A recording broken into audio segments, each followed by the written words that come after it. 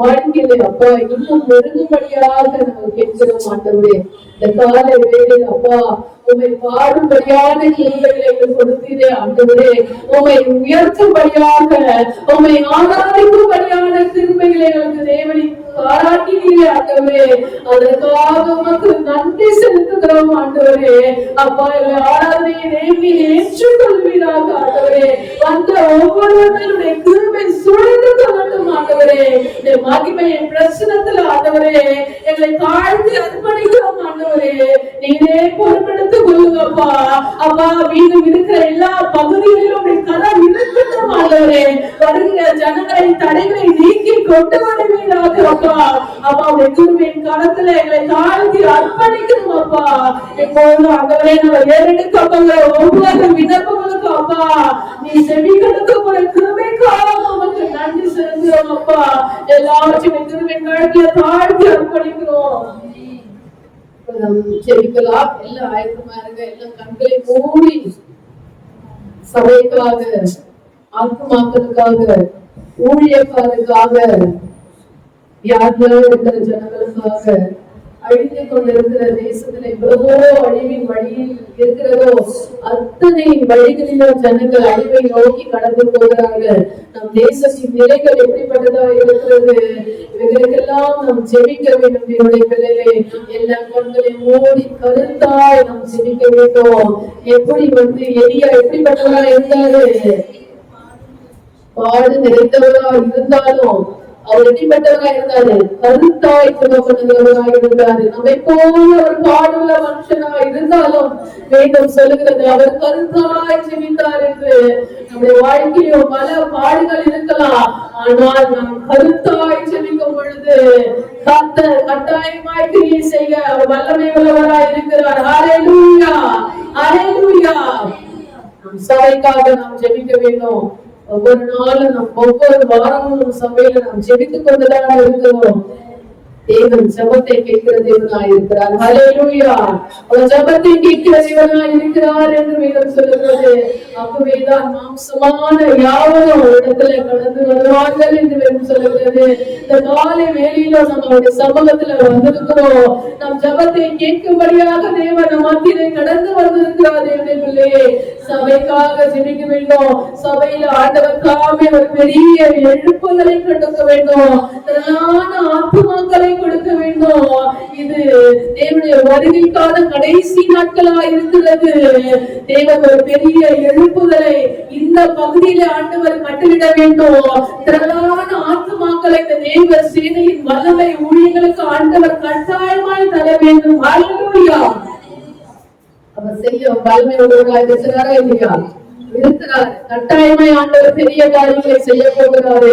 திரளான ஆத்துமாக்களை ஆண்டவர் சபைக்கு ஆண்டவர் தர வேண்டும். அந்த பகுதியில் இருக்கிற எல்லா ஜனங்களையும் ஆண்டவர் நமக்கு தர வேண்டும். ஒரு ஆண்டவர் நமக்கு கீழ் செலத்துல இப்போதைக்கு நமக்கு அது மிகவும் அவசியமாய் காணப்படுகிறபடியால் ஒரு கீழ் ஸ்தலத்தில் ஆண்டவர் நமக்கு துரிதமாக அந்த இடத்தை ஆயத்தப்படுத்தி தர வேண்டும். ஆண்டவர் அது மாத்திரம் நமக்கு ஒரு சொந்தமான இடத்தை கொடுத்து திரளான ஜாதி ஜனங்களை ஆண்டவர் நமக்கு சுதந்திரமாக ஆண்டவர் தர வேண்டும். ஊழியக்காரருக்கு ஆண்டவர் நல்ல சுகத்தை தர வேண்டும். எத்தனை நாட்கள், எத்தனை வருடங்கள் ஆண்டவருக்காக அவர் பிரகாசிக்கிறார். இன்னும் புதிய கிருபை, புதிய பலன், புதிய அபிஷேகங்கள் இன்னும் ஆண்டவர் தாமே தந்து அவர் மேலும் ஆண்டவர் எடுத்து பயன்படுத்த வேண்டும். அவருக்கு வருகிற எல்லா பலவீனங்கள், எல்லா வியாதியின் முகங்கள், எல்லா விதமான சத்துரு கொண்டு வருகிற சகல திட்டங்களை ஆண்டவர் நிர்மூலமாக்கி போட வேண்டும். அவரை கொண்டு ஆண்டவர் என்ன செய்ய சித்தமா இருக்கிறாரோ பெரிய காரியங்களை அவரை கொண்டு செய்ய வேண்டும். அநேக இடங்களுக்கு ஆண்டவர் கொண்டு போக வேண்டும். அநேக ஊழியத்தின் வாசல்களை ஆண்டவர் திறந்துள்ள வேண்டும். எவ்வளவோ ஜனங்கள் கட்டுகள் மத்தியில இருக்கிறாங்க. ஆண்டவர்களெல்லாம் கொண்டு போய் விடுதலை ஆண்டவர் கொடுக்க வேண்டும். இன்னும் அவருடைய கிருபையினால ஆண்டவர் எடுத்து பயன்படுத்த வேண்டும். இன்னும் நல்ல சுகத்தை ஆண்டவர் தர வேண்டும். இனித்த ஆயுசு நாட்களை ஆண்டவர் தர வேண்டும். என்னுடைய பலத்தினால ஆண்டவர் இன்னும் நிரப்ப வேண்டும். இந்த காரியத்திற்காக நாம் சத்தத்தை உயர்த்தி நேரங்களை பார்த்து சத்தத்தை உயர்த்தி நாம் ஜெபிக்கலாம்.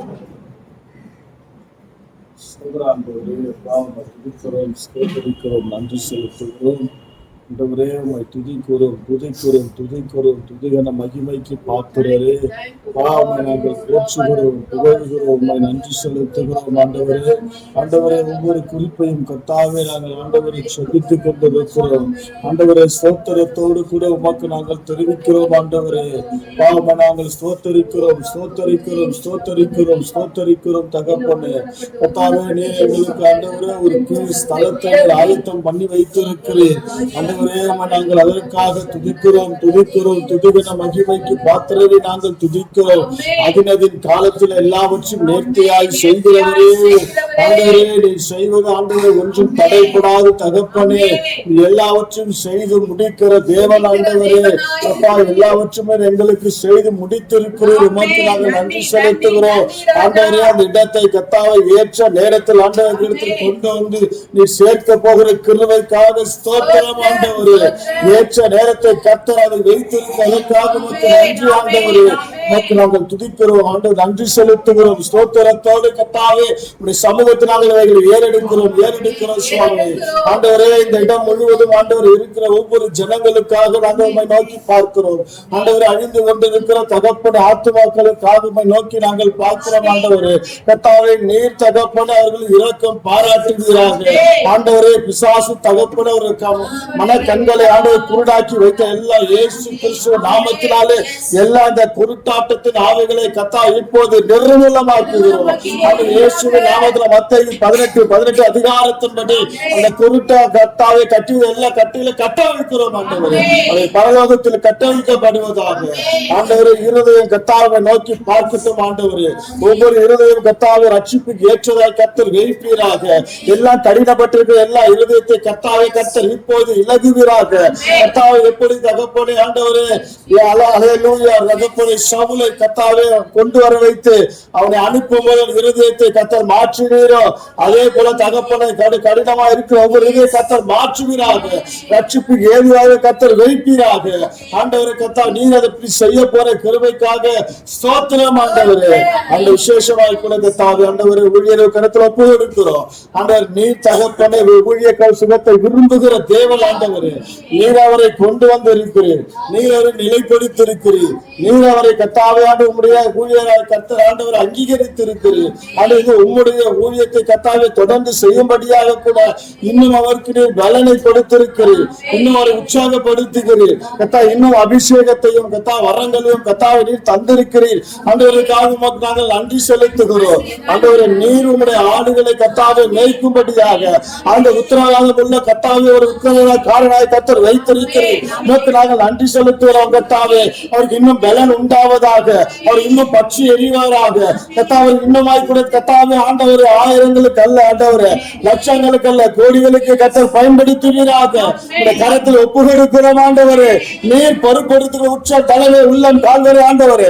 ஒவ்வொரு அவயங்களும் கத்தாவை கிறிஸ்துவ ரத்தத்தினால் ஆண்டவரை தோய்த்து கத்தாவை எப்படி தகப்பன வெள்ளம் ஆண்டவரே ரத்தத்தில் ஆண்டவரை தோய்க்கப்பட்ட கத்தாவை வெள்ளாக்கி தனித்தவர்கள் நின்றார்கள் அதை பார்க்கிறோம் ஆண்டவரே. ரத்தத்தில் வல்லமை கத்தாவை இப்போது இறங்குவதாக, இயேசுவின் நாமத்தினால் இறங்குவதாக. மேகோல் லோ ஷேகர் ரேகா நோமா காரா கரோ காலா ஹோதா ராகாமா லோ சங்கர் ரத்தனமா உடைய கரத்தில் ஒப்பு கொடுக்கிறோம் ஆண்டவரே. அந்த ஒப்பு கொடுக்கிற விசேஷமாக கூட கத்தாவை சபை ஜனங்களுக்காக ஸ்தோத்திரம். எல்லா நீர் விசாரங்கள் நீங்குவதாக ஆண்டவர். எல்லாம் கத்தாவை ஆண்டவர் இன்னும் கத்தருக்குள்ளாக கத்தாவை இன்னும் தங்களை ஈடுபடுத்திக் கொள்ள ஆண்டவருடைய அன்பில் கத்தாவை இன்னும் வளர ஆண்டவருடைய ஆலயத்தை கத்தாவை குறித்ததான் வைராக்கியம் உண்டாக இயேசுவின் நாமத்தில் இப்போது கத்தாவை ஒரு உணர்வுள்ள ஆவியை கத்தர் ஒவ்வொருவருக்கு கொடுப்பீராக ஆண்டவரே. இந்த காலத்தில் ஒப்பு கொடுக்கிறோம் ஆண்டவரே. ஆண்டவருடைய ஆலயத்தை குறித்ததான கத்தாவை வைராக்கியம் ஒவ்வொருவருக்கும் உண்டாவதாக. உங்கள் ஜனங்களை குறித்த வைராக்கியம் ஒவ்வொருவருக்கும் உண்டாவதாக ஆண்டவர். ஒவ்வொருவருக்கும் கத்தாவை அந்த அப்படிப்பட்ட ஒரு ஆவியை கர்த்தர் இப்போது கொடுப்பீராக ஆண்டவரை. சபை கர்த்தாவே ஆண்டவர் வரங்களினாலும் வல்லமைகளாலும் ஆண்டவர் நிறைந்திருப்பதாக இந்த கருத்தில் ஒப்பு கொடுக்கிறோம். பலப்படுத்தி ஆசீர்வதி இயேசுவின் இணையற்ற நாமத்தில் வேண்டிக் கொள்ளுகிறோம் நல்ல பிதாவே, ஆமென். சபத்தை கேட்டு கட்டாயமாய் பெரிய காரியங்களை செய்ய நல்ல காரியங்களை கட்டி வெற்றிப்படுத்தணும்.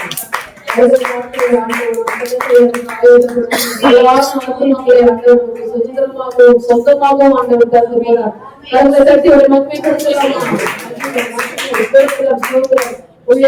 நல்ல சுகத்தை கொடுத்து இன்னும் புதிய கிருபையினால புதிய அபிஷேகத்தினால வதங்களினால வல்லமைகளினால ஆண்டவர் எடுத்து பயன்படுத்தி அவர் இருக்கிற எல்லா பலவீனங்களையும் ஆண்டவர் எடுத்து போட்டு புதிய கிருபையினால அந்த நிரப்ப போற தயவுக்காக சோதரிக்கலாமா? ஜபம் சொன்ன உடனே எல்லாரும் ஜெபிப்பதற்கு ஆயத்தமா இருங்க. ஒவ்வொரு நாளும் கொடுக்கிற ஜபம் யோசிப்பதற்கான காரியங்கள் ஒன்றுமே கிடையாது. சொன்ன உடனே ஜெபிப்பதற்கு நாம் ஆயத்தமுள்ளவர்களா இருக்க வேண்டும். ஹல்லேலூயா. நம்ம அடுத்ததாக நாம் தேசத்திற்காக நாம் ஜெபிக்க வேண்டும். கட்டாயமாய் நாம் ஜெபிக்க வேண்டும். பிள்ளைகளே, எவ்வளவோ ஜனங்கள் இன்னும் பாவத்துல அடிமைகளா இருக்கிறாங்க. அநேக ஜனங்கள் வியாதியில அடிமைப்பட்டு இருக்கிறாங்க. அநேக பேரு இந்த குடியினாலும் போதை வஸ்துக்களினாலும் அடிமைப்பட்டு இருக்கிறாங்க. எவ்வளவோ ஜனங்களுடைய மனக்கட்டல் இன்னும் குருடாகப்பட்ட நிலையிலேயே காணப்படுகிறது. மெய் தேவனாகிய இயேசு கிறிஸ்துவை அறிகிற அறிவுல நம் தேசம் வளர வேண்டும். தேவனுடைய சுத்திகரிப்பு நம் தேசத்தின் மேல ஊற்றப்பட வேண்டும். எல்லா ஜனங்களும் அந்த பாவத்தை விட்டு எங்க பார்த்தாலும் கொலைகள் கொள்ளைகள் எங்க பார்த்தாலும் அக்கிரமங்கள் பாவங்கள் பெருகிக் கொண்டே போகிறது. தேவன் தான் நம் தேசத்தை முழுமையாய் ரட்சிக்க வேண்டும். எப்படிப்பட்ட பாவத்தில் இருக்கிற ஜனங்களை ஆண்டவர் தொட்டு ரட்சிக்க வேண்டும். நம் தேசம் முழுவதும் இயேசுவுக்கு சொந்தமாய் மாற வேண்டும். எவ்வளவோ ஜனங்கள் பார்க்க வியாதியில இருக்கிறாங்க. சொல்ல முடியாத பலவீனங்கள் வியாதியின் படுக்கையில கண்ணீரோடு எவ்வளவோ ஜனங்கள் இருந்து கொண்டுதான் இருக்கிறார்கள். அப்படிப்பட்ட ஜனங்களுக்காக நாம் ஜெபிக்கும்படியாக இந்த காரியங்களுக்காக ஜெபிக்கும்படியாக நாம் கூப்பிட எல்லாரும் ஒருமனப்படுத்த நீங்கள் ஒருமனப்பட்டு நாம் ஜெபிக்கும்படிதான் கர்த்தர் கிரியை செய்ய முடியும். என்னுடைய பிள்ளைகளே, எல்லாம் ஒருமனப்பட்டு நாம் ஜெபிக்கலாமா?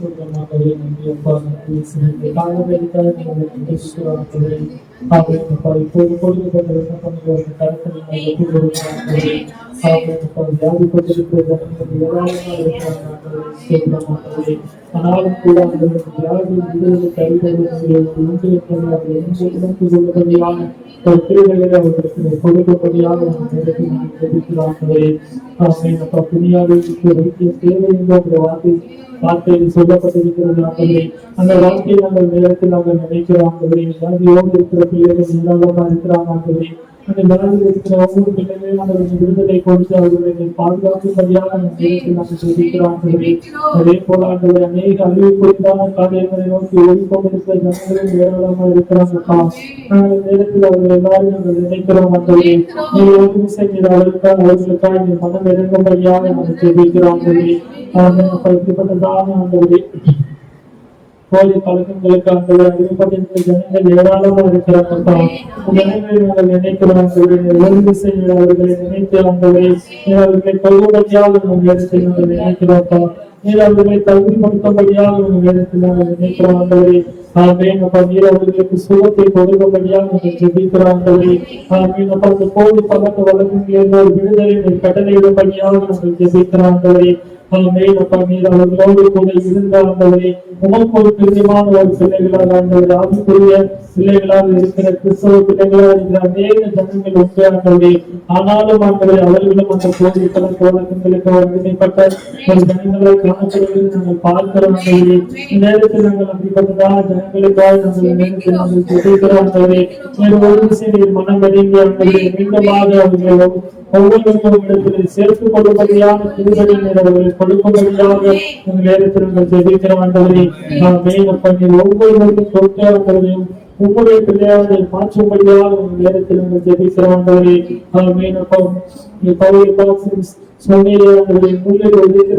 கடினமாம் என்று சொன்னீரே அந்த வார்த்தையின் பிரகாரமாக ஒவ்வொருவரும் மனம் திரும்பும்படியாக ஒரு கிருபைகளை ஒவ்வொருவருக்கும் கொடுக்கும்படியாக நேரத்தில் நாங்கள் ஜெபிக்கிறோம் எல்லாவற்றும் ஸ்தலத்திலே நாங்கள் தாழ்த்தி ஒப்புக் கொடுக்கிறோம் நீரை பொறுப்படுத்த ஆசீர்வதிக்கிறோம் ஜெபிக்கிறோம் எங்கள் ஜீவன் நல்ல பிதாவே ஆமென். மாறாவின் தண்ணீரெல்லாம் மதுரமாக மாறிப் போகும். மாறாவின் தண்ணீரெல்லாம் மதுரமாக மாறிப் போகும்.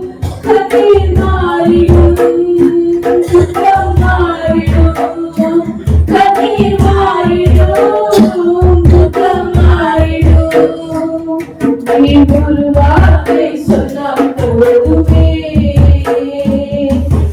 ஒரு வார்த்தை சொல்லும் கர்த்தாவே, உம் வார்த்தையிலே சுகம், உம் வார்த்தையிலே மதுரம், உம் வார்த்தையிலே எல்லாம் சந்தோஷம். உம் வார்த்தையிலே சுகம், உம் வார்த்தையிலே மதுரம், உம் வார்த்தையிலே எல்லாம் ஒரு வார்த்தை சொல்லும் கர்த்தாவே, ஒரு வார்த்தை சொல்லும் கர்த்தாவே.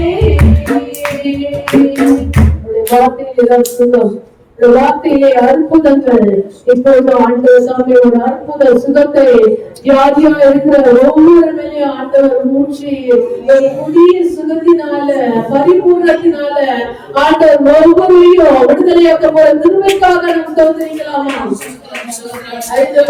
ஆத்மாக்களை ஆண்டவர் தாமே அவருடைய கரத்தை நீட்டி ரட்சித்து நம் தேசம் முழுவதும் பரிசுத்தினால சுத்திகரிப்பினால ஆண்டவர் தாமே பரிசுத்தப்படுத்தி எல்லா ஜனங்களையும் அவர் முன்பாக ஆண்டவர் கொண்டு வந்து சேர்க்க போற திருமைக்காக நாம் தோன்றிக்கலாமா? அநேக காரியங்களுக்காக நீங்கள் தொடர்ந்து ஜெபிக்கும்படியாக நான் கேட்டுக்கொள்கிறேன். இப்போது நம் சங்கீத பகுதிக்குள் நேராக நாம் கடந்து போகலாம். சங்கீதம் 85.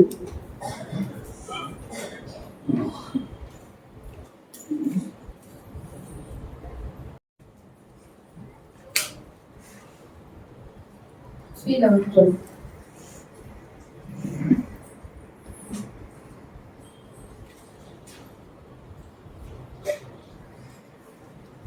சங்கீதம் 85.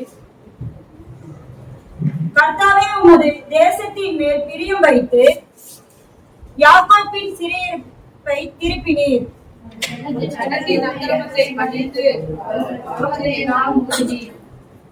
உமது உக்கிரத்தை எல்லாம் அடக்கிக் கொண்டு உமது கோபத்தின் எரிச்சலை விட்டு திரும்பினீர்.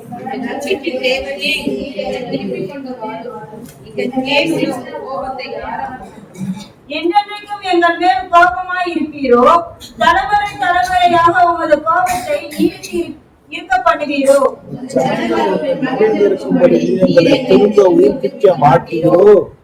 கர்த்தாவே, உமது கிருபையை எங்களுக்கு காண்பித்து உமது ரட்சிப்பை எங்களுக்கு அருளை செய்யும்.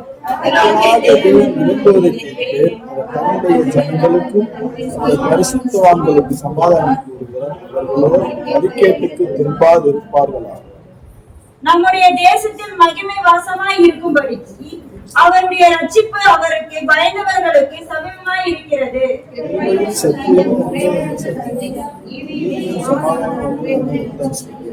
சத்தியம் பூமியில் இருந்து முளைக்கும், நீதி வானத்திலிருந்து தாழ பார்க்கும்.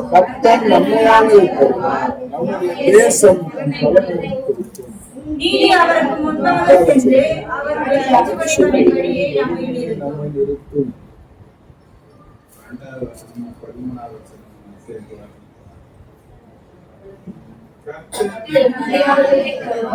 நம்முடைய தேசம் கடனை தருவார்.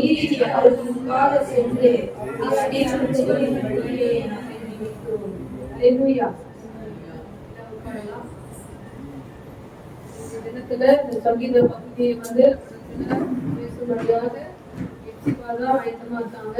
அவங்க கொண்டு இருக்கிற வார்த்தைகளை கவனமா கேளுங்க, நமக்கு ஆசீர்வாதமா இருக்கும். அவங்க கொண்டு வருகிற வார்த்தைகளை நம்ம மனதை தட்டி நம்ம அனுபவிக்கலாமா?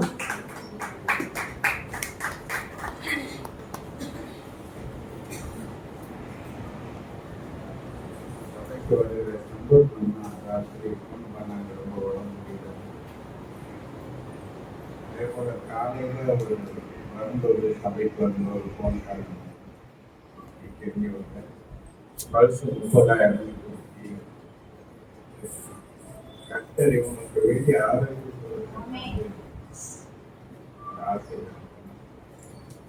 சபையா கையில் கர்த்தரோட பார்க்கலாம் சுக ஆரோக்கியத்தை கர்த்தர் ஒரு அற்புதம் என்ன யாரெல்லாம் சபையில் இருக்கிற உடம்பு முடியாது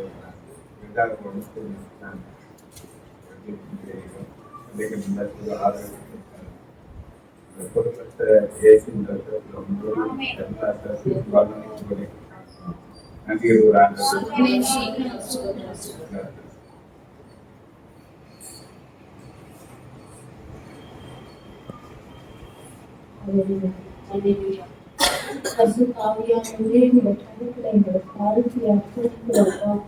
ஒரு நாமம் மகிழும் படுத்துகிறோம்.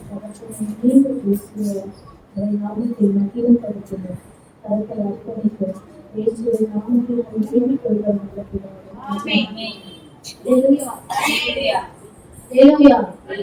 இன்றைக்கு நம்ம தியானத்துல எடுத்துக்கொள்ள சங்கீதம் 85 6வது வசனம். உடைய ஜனங்கள் அழிந்திருக்கும்படி நீர் எங்களை திரும்ப உயிர்ப்பிக்க மாட்டீரோ?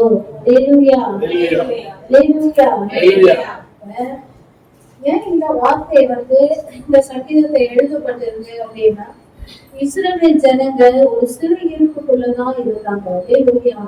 அந்த சிறு இருப்பில அவங்களுக்கு மகிழ்ச்சி காணாம போச்சு. ஏன் இந்த சிறு இருப்பு அப்படின்னு பாத்தீங்கன்னா, அவங்க தேவனை என்ன பண்ணல, தேவனுடைய பாகாவை வணங்கி தேவனுக்கு விரோதமாய் போனாங்க. அது நிமித்தம் அவங்களோட வாழ்க்கையில சிறை இருப்பு காணப்பட்டது.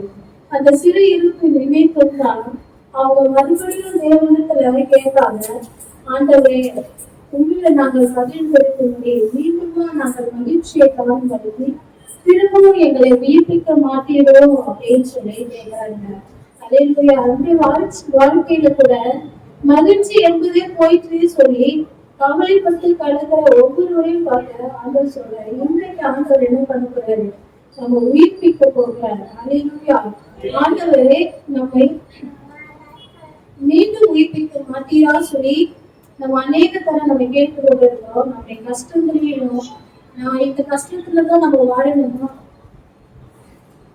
இந்த கடன் பிரச்சனையில தான் நான் இருக்கணுமா, எனக்குரிய நன்மைகள் எனக்கு வராதா, நான் எழுந்து போன ஆசீர்வாதங்கள், நான் எழுந்து போன ஜெப வாழ்க்கை, நான் எழுந்து போன அபிஷேகம் வீட்டில் எனக்கு கிடைக்காதா சொல்லி தேவனுடைய சமூகத்துல அங்கராய் தெரிகிற ஒவ்வொருவரையும் ஆண்டவர் என்ன பண்ண போறாரு, உயிர்ப்பிக்க போறாரு. அல்லேலூயா, அல்லேலூயா. எப்படியெல்லாம் அவரு நம்மை உயிர்ப்பிக்கிறார் அப்படி என்பதை குறிச்சுதான் நான் இன்னைக்கு தியானத்துல பேசுகிறேன். முதலாவது பாத்தீங்கன்னா ஆண்டவர் என்ன பண்ண போறாரு, அவருடைய வசனத்தின்படி நம்மை உயிர்ப்பிக்கிறார். அல்லேலூயா. இரண்டாவது பாத்தீங்கன்னா நாம் துன்பத்தின் நடுவிலே நாம் நடந்தாலும் அவர் என்ன பண்ணுவார், நம்மை உயிர்ப்பிப்பார். அல்லேலூயா. மூன்றாவது அவருடைய நாமத்தின் நிமித்தம் என்ன பண்ணுவாரு, உயிர்ப்பிப்பார். நான்காவதா பாத்தீங்கன்னா உலர்ந்து போன பலனற்று போன நம்முடைய வாழ்க்கையை தேவன் உயிர்ப்பிக்க போகிறார். அல்லேலூயா. நான்கு காரியங்களை குறித்து இன்னைக்கு பேசுகிறேன். முதலாவது பாத்தீங்கன்னா சங்கீதம் 119 25ஆம் வசனத்துல என் ஆத்துமா ஒட்டி கொண்டிருக்கிறது, உமது வசனத்தின்படி என்னை உயிர்ப்பியும். அல்லேலூயா. அப்ப அவருடைய வசனம் என்ன பண்ண போகுது, நம்மளை உயிர்ப்பிக்க போகுது. 119 154ஆம் வசனத்துல எனக்காக நீர் வழக்காடி என்னை மீட்டு கொண்டு உங்களுடைய வார்த்தையின் படியே என்னை உயிர்ப்பியும். அல்லேலூயா. அப்ப தேவ வசனம் என்ன பண்றது, நம்மளை உயிர்ப்பிக்கிறது.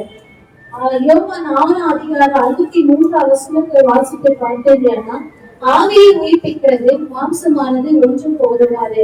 யார் சொன்னா இயேசு கிறிஸ்து பூமியில வாழ்ந்த காலத்துல சொல்றாரு. நான் உங்களுக்கு சொல்லுகிற வசனங்கள் ஆவியாயும் ஜீவனுமாயும் இருக்கிறது. அல்லேலூயா. தேவனுடைய வார்த்தை எப்படிப்பட்டது, அது ஆவியாவும் இருக்கிறது, நம்முடைய ஜீவனமா இருக்கிறது. அந்த வார்த்தை தான் என்ன பண்ணுது, நம்மளை உயிர்ப்பிக்க கூடியதா இருக்கிறது. அல்லேலூயா. மத்திய அதிகாரத்துல 8ஆம் அதிகாரத்துல 6ல இருந்து 13ஆம் வசனம் வரைக்கும் நீங்க வாசித்து பார்த்தீங்கன்னா அங்க 100க்கு அதிபதியை குறிச்சு அங்க எழுதப்பட்டிருக்கு. அந்த மனுஷன் ஒரு பெரிய பணக்காரரா இருக்கிறாரு. அவருடைய வேலைக்காரர் எப்படி இருக்கிறான், வியாதிப்பட்டு இருந்திருக்கிறாரு. அந்த வியாதிப்பட்டு இருந்த நிலையில அவர் என்ன பண்றாரு, ஆண்டவர் குறிச்சு கேள்விப்பட்டு தன்னுடைய வேலைக்காரனுக்காக வேண்டிக்கணும் ஒரு மனுஷன் அனுப்புறாரு. அல்லேலூயா. அங்க பாத்தீங்கன்னா உடனே கேட்டு என்ன பண்றாரு, அங்கிருந்து நான் இப்பவே நான் அவனை என்ன பண்றேன், சொஸ்தமாக்குவேன்னு சொல்றாரு. ஆனா அந்த 100க்கு அதிபதி சொல்றாரு, வசனத்தை வாசித்து பார்த்தேன்னா 8ஆவது வசனத்துல 100க்கு அதிபதி பிரயத்தனமாக, ஆண்டவரே நீர் என் வீட்டுக்குள் பிரவேசிக்க நான் பார்க்கிறனால ஒரு வார்த்தை மாத்திரம் சொல்லும், அப்போது நான் என் வேலைக்காரர் சொஸ்தமாகுவான். அல்லேலூயா. அவர்களும் ஒரு விசுவாசம் பாருங்க. அவர் சொல்றாரு, தேவனுடைய வார்த்தை அவரை அவரோட வேலைக்காரனை சொஸ்தமாக்கும் என்பதை அவரை விசுவாசிக்கிறார். அவர் சொல்றாரு, நீங்க ஒரு வார்த்தை மட்டும் சொல்லுங்க, நீங்க ஒண்ணு என்ன பண்ண வேண்டாம், நீங்க வர வேண்டாம், நீங்க என் வீட்டுக்கு வரதுக்கு நான் பாத்திரம் நல்லன்னு சொல்லி ஆண்டவருக்கு முன்பாக தன்னை தாழ்த்துக்கிறாரு. தாழ்த்தி சொல்றாரு, ஆண்டவரே ஒரு வார்த்தை சொல்லுங்க போதும், நான் என் வேலைக்காரன் ஆயிடுவான், சுகமாயிடுவான்னு சொல்றாரு. அல்லேலூயா. அந்த 13ஆம் வசனத்தை அதுவே 13ஆம் வசனத்தை வாசித்து பார்க்கணும். ஆண்டவர் அந்த வார்த்தையை கேட்டு ஆச்சரியப்படுறாரு. இவனுக்குள்ள இப்படிப்பட்ட ஒரு விசுவாசமான. அல்லேலூயா. அப்ப அவர் சொல்லி நீ போகலாம், விசுவாசத்துக்குள்ளே உனக்கு ஆதரவு சொல்றாரு. அவர் அந்த சொன்ன உடனே அந்த நிமிஷத்திலேயே அந்த வேலைக்காரர் என்ன சுகம் அடைந்தார். அல்லேலூயா. அப்ப அந்த வார்த்தை என்ன பண்றது, அநேகரை உயிர்ப்பிக்க கூடியதா இருக்கிறது. ஏசாயா 55 அதிகாரம் 10-11 வாசித்து பார்த்தீர்களானா, மாறி உழைத்த மழையில் வானத்திலிருந்து இறங்கி அவ்விடத்துக்கு திரும்பாமல் பூமியை நனைத்து அதை முளை கிளம்பி விளையும்படி செய்து விதைக்கிறவனுக்கு விதையையும் புசிக்கிறவனுக்கு ஆகாரத்தை கொடுக்கிறது எப்படியோ. அந்த வசனத்தை பார்ப்பீங்கன்னா சாதாரணமா நம்ம இந்த வசனத்தை நம்ம வாசிக்கிறோம். ஆனா மழை பெய்ஞ்சதுன்னா அது என்ன பண்ணும்? நல்லவன் பார்த்து பெய்யுதா, இவங்க நல்லவங்க இவங்க மேல பெய்யும்னு சொல்லி அப்படி இல்லை. அது என்ன பண்ணுது? எல்லா இடத்துலயும் பெய்யுது. அந்த இடத்துல அது பேச்சு என்ன பண்ணுது? விதைக்கிறவனுக்கு என்ன பண்ணுது? ஆதாரத்தையும் அது கொடுக்குது. அப்படிதான் அவருடைய வார்த்தையை இருக்கிறதா என் வாயிலிருந்து புறப்படும் வசனமும் அது வெறுமையா எழுதுறதுக்கு விரும்பாமல் நான் விரும்புகிற காரியத்தை செய்து அதை அனுப்பின காரியமாகும்படி வாய்ப்புன்னு சொல்லி வசனம் எழுதப்பட்டிருக்கு. அப்ப தேவனுடைய வார்த்தை யாருக்கெல்லாம் கடந்து போகுதோ, யாருக்கெல்லாம் அந்த வார்த்தை கிடைக்குதோ அந்த வார்த்தை அவங்களை என்ன பண்ணுது? உயிர்ப்பிக்கக்கூடியதா இருக்குது. அல்லேலூயா. மடிச்சு போக வேண்டிய அந்த வேலைக்காரன் கர்த்தர் என்ன பண்றாரு? அவருடைய வார்த்தையை நிமித்தம் உயிர்ப்பிக்கிறாரு. அல்லேலூயா. அப்ப முதலாவது அவருடைய வார்த்தை என்ன பண்ணுது? உயிர்ப்பிக்கக்கூடியதா இருக்குது. மரித்த லாசருவை கூட அவன் செத்து 4 நாள் ஆச்சு. ஆனா அவர் என்ன சொல்றாரு? லாசருவே எழுந்துவான்னு சொல்றாரு. அப்புறம் அந்த அளவுக்கு அவரை செத்து போன ஒரு மனுஷனை பார்த்து ஆண்டவர் கூப்பிடுறாரு, எழுந்து வாழும் போது அவர் வார்த்தை அங்க என்ன பண்ணுது? உயிர்ப்பிக்கக்கூடிய வல்லமை அந்த மதித்து போன அந்த செத்து போன அந்த லாசருக்குள்ள என்ன பண்ணுது? போய் உயிரோட எழுப்புகிறது. அல்லேலூயா. என்னிடத்தை பாத்தீங்கன்னா குஷ்டரோகி ஆண்டவருக்கு முன்பா போய் சொல்லுவாங்க, ஆண்டவரை என்னை சுத்தமாக்க கூறும், உனக்கு சித்தமான என்னை சுத்தமாக்குன்னு சொல்லுவாங்க. அல்லேலூயா. அவரு ஒரு வார்த்தை தான் சொல்றாரு, எனக்கு சித்தமுடி நீ சுத்தமாக்குன்னு சொல்றாரு. சொன்ன மாத்திரத்துல அங்க என்ன ஆச்சு? அற்புதங்கள் நடக்குது. அல்லேலூயா. 38 வருஷமா வியாதியா இருந்த ஒரு மனுஷனை பார்த்து சொல்றாரு, படுகை எடுத்துக்கொண்டு போன்னு சொல்றாரு. அல்லேலூயா. அப்ப 38 வருஷமா அந்த இடத்துல அவன் படுத்திருப்பான். ஆனா அவனுடைய நரம்புகள் எப்படி இருந்திருக்கும்? அல்லேலூயா. நீங்க வெள்ளிக்கிழமை அந்த அமாவாசை பேர் வந்திருந்தீங்கன்னா தெரியும். அண்ணன் பேசும்போது எத்தனையோ தடவை அந்த வார்த்தைகளை நான் படிச்சிருக்கிறேன். ஆனா அந்த அளவுக்கு நான் தியானிச்சது கிடையாது. அன்றைக்கு அவங்க சொல்லும் போது எனக்கு தெரிஞ்சது, ஒரு மனுஷன் அங்கேயே படுத்து கொண்டு இருக்கிறான்னா அவனுடைய எலும்புகள் அந்த நரம்புகள் எல்லாம் ஆயிட்டோமா அப்படியே நின்று போயிடுமா. என் கூட வேலை செஞ்ச ஒரு பொண்ணுக்கு ஆக்சிடென்ட் ஆயிருக்கு. அந்த பிள்ளைக்கு பாத்தீங்கன்னா இந்த எலும்பு உடைச்சிருந்துதான். எலும்பு உடைச்சிருக்கு சொல்லி ஜாயின் பண்ணி இப்படி கட்டி இருக்காங்க. அது கட்டுன 1 மாசம் கட்டி வச்சிருப்பாங்களாம். கட்டி அதை பிரிச்சோடனே அந்த பொண்ணுக்கு இப்படி நரம்பு அப்படி நின்றுச்சான். இதை நான் அந்த பொண்ணு பார்த்து நான் கேட்கும் போது இப்படி என்ன பாப்பா அப்படி ஆயிடுச்சு அப்படின்னா, 1 மாசத்தை கட்டி இருந்தது, இந்த மாதிரி ஆக்சிடென்ட் ஆயிடுச்சு. அப்பதான் எனக்கு இந்த வசனமே எனக்கு ஞாபகத்துக்கு வந்தது. அப்ப 1 மாசம் கட்டி விட்டும் போது இந்த நரம்புகள் இந்த எலும்புகள் எல்லாம் அப்படியே நிற்குமானா, ஒரு 38 வருஷமா ஒரு மனுஷன் அந்த இடத்துல படுத்திருப்பானா அவருடைய எலும்புகள் எல்லாம் அவருடைய நரம்புகள் அவருடைய ரத்த நாளங்கள் எப்படி இருந்திருக்கும்? அப்ப கர்த்தருடைய ஒரு வார்த்தை படிகை எடுத்துட்டு போன்னு சொல்றாரு. அந்த நிமிஷம் தேவனுடைய வார்த்தை அவனுக்குள்ள கடந்து போகுது. அவனை என்ன பண்ணுது? அது உயிர்ப்பிக்கிறது. அல்லேலூயா. அவன் நரம்புகளை உயிர்ப்பித்து இருக்கிறது, அவன் எலும்புகளை உயிர்ப்பித்து இருக்கிறது, அவனை எலும்பு அந்த சதை எல்லாவற்றையும் உயிர்ப்பித்து இருக்கிறது. அல்லேலூயா. அப்ப தேவனுடைய வார்த்தை என்ன பண்ணுது? முதலாவது என்ன பண்ணுது? உயிர்ப்பிக்க கூடியதா இருக்கிறது. அல்லேலூயா. நம்மையும் கூட ஒவ்வொரு நாளும் அவருடைய வார்த்தையில என்ன பண்ணுது? உயிர்ப்பிக்கிறது. அல்லேலூயா. கர்த்தருடைய வார்த்தை முதலாவது நம்மை உயிர்ப்பிக்க கூடியதா இருக்கிறது. 2வதா பாத்தீங்கன்னா சங்கீதம் 138 அதிகாரம் 7வது வசனம்.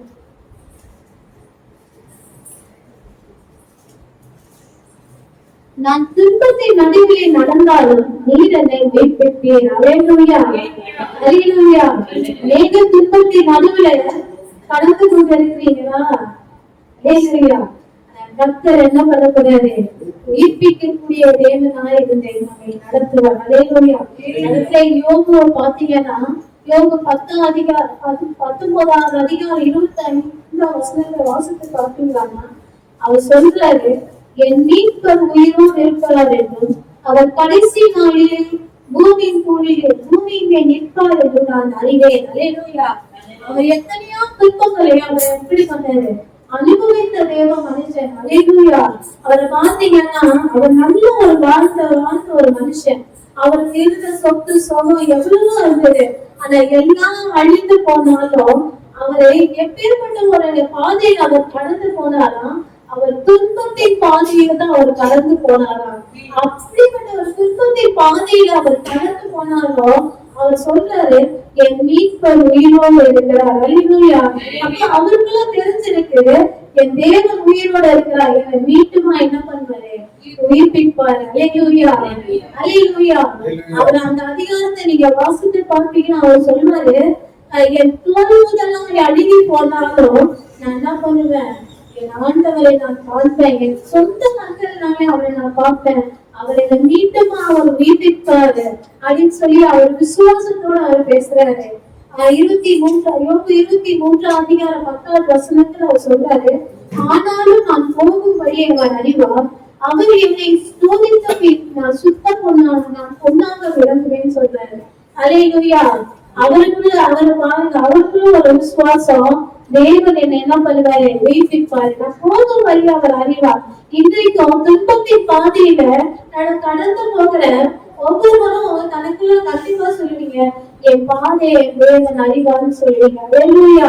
நான் இந்த வழியில போகிறத அறிவார், நான் உட்காரதை அவர் அறிவார், நான் எழுந்திருக்கிறதையும் அறிவார், நான் போகிற வழி அறிவாருன்னு சொல்லி தேவனுக்கு முன்பாக இருதயத்துல கலங்கி கொண்டிருக்கீங்களா?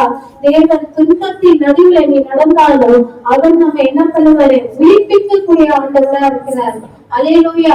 மூன்றாவதா பாத்தீங்கன்னா சங்கீதம் 143 11ஆம் வசனம்.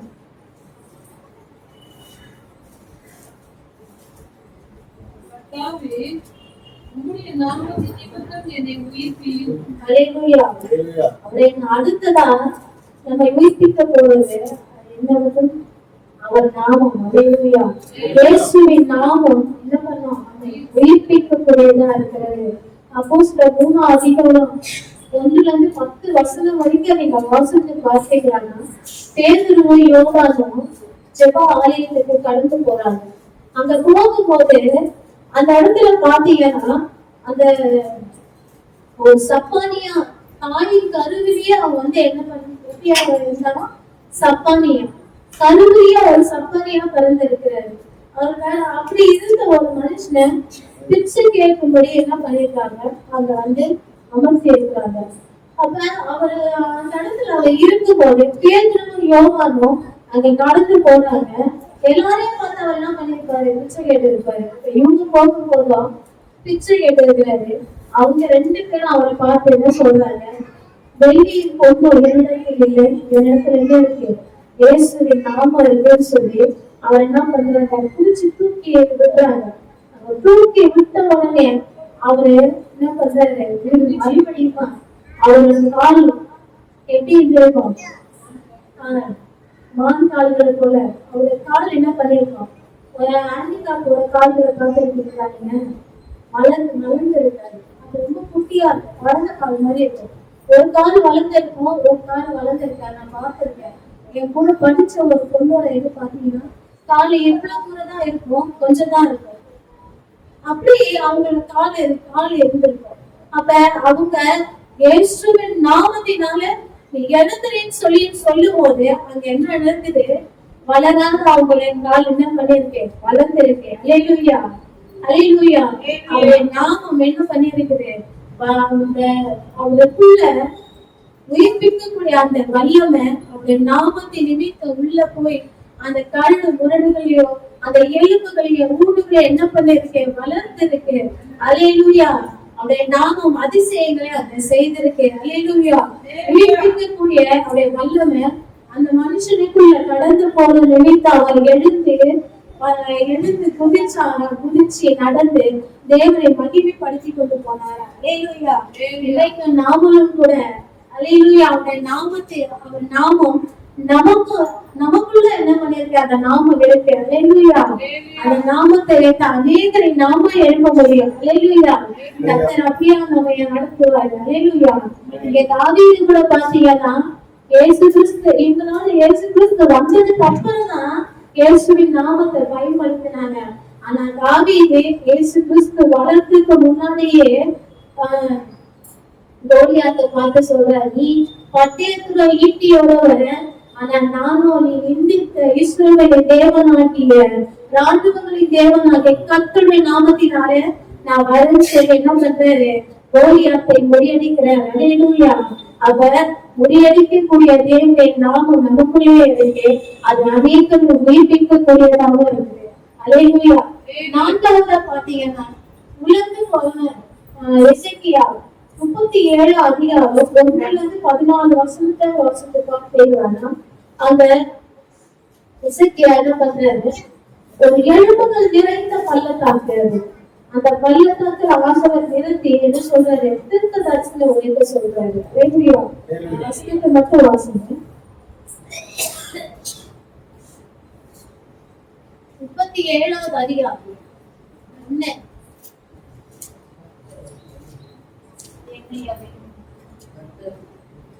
37 அதிகாரம் 1.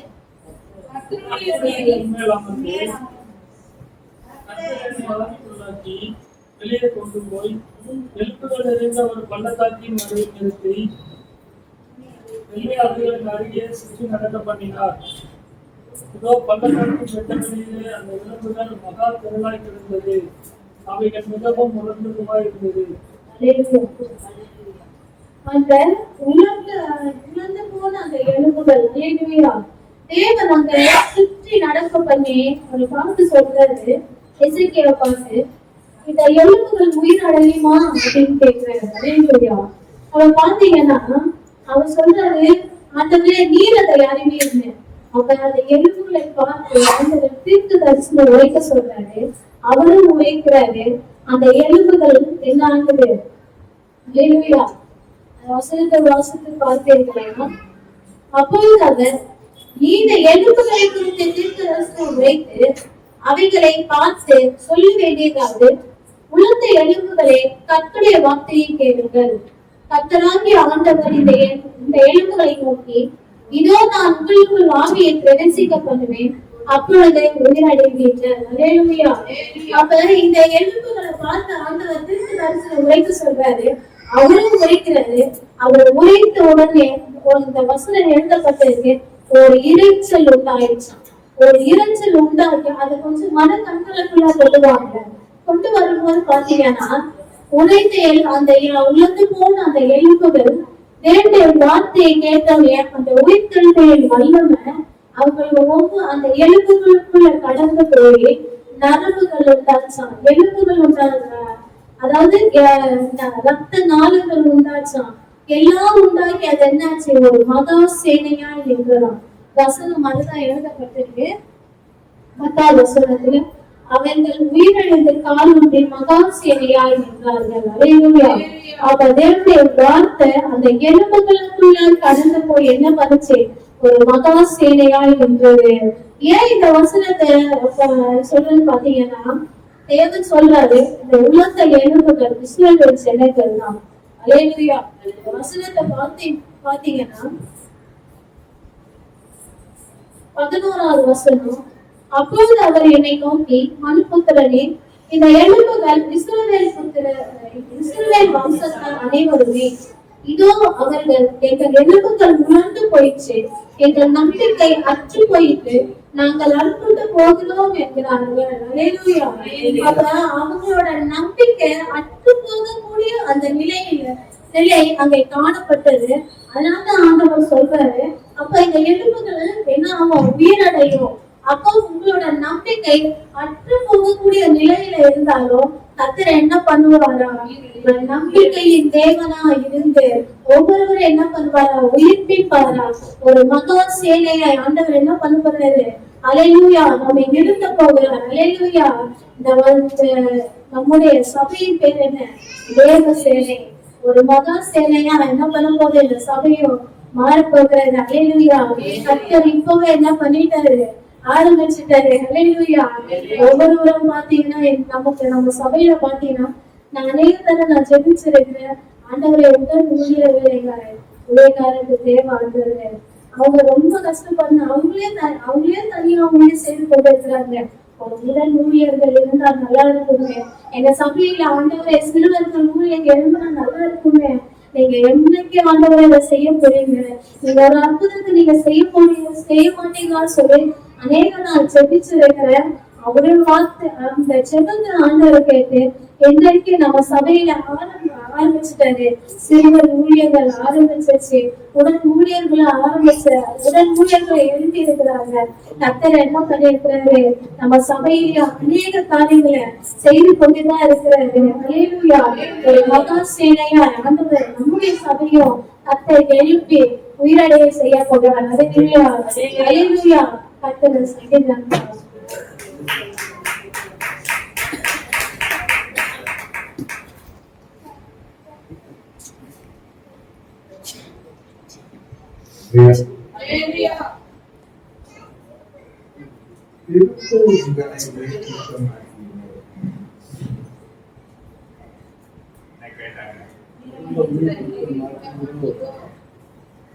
அவர் விழிப்பிக்கிற தேவனாகத்தான் இருக்கிறார். விழிப்பியும் கேட்கிற ஜனங்கள் குறைவாக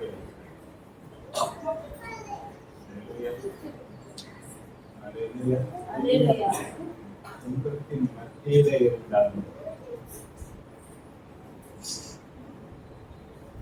வியாதிகளின் மத்தியில இருந்தாலும் வார்த்தையாகிய ஜீவனை இருக்கிற ஆண்டவரை வார்த்தைகள் வல்லமை, வார்த்தைகள் அப்படியே நிறைவேறக்கூடிய வார்த்தையை அதிகமாக அழிக்கப்படணும். நம்முடைய வாழ்க்கையில் அற்புதம்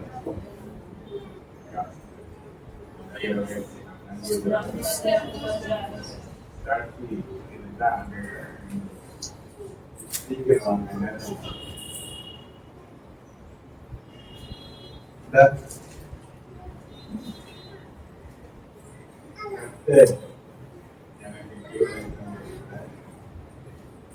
ஒரு வருஷத்துக்கு கூட போயிட்டு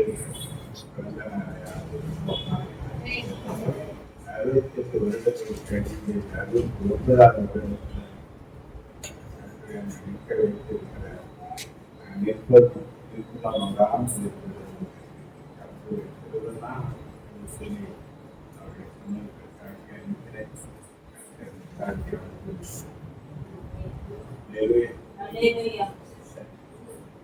அவருடைய வார்த்தைகள்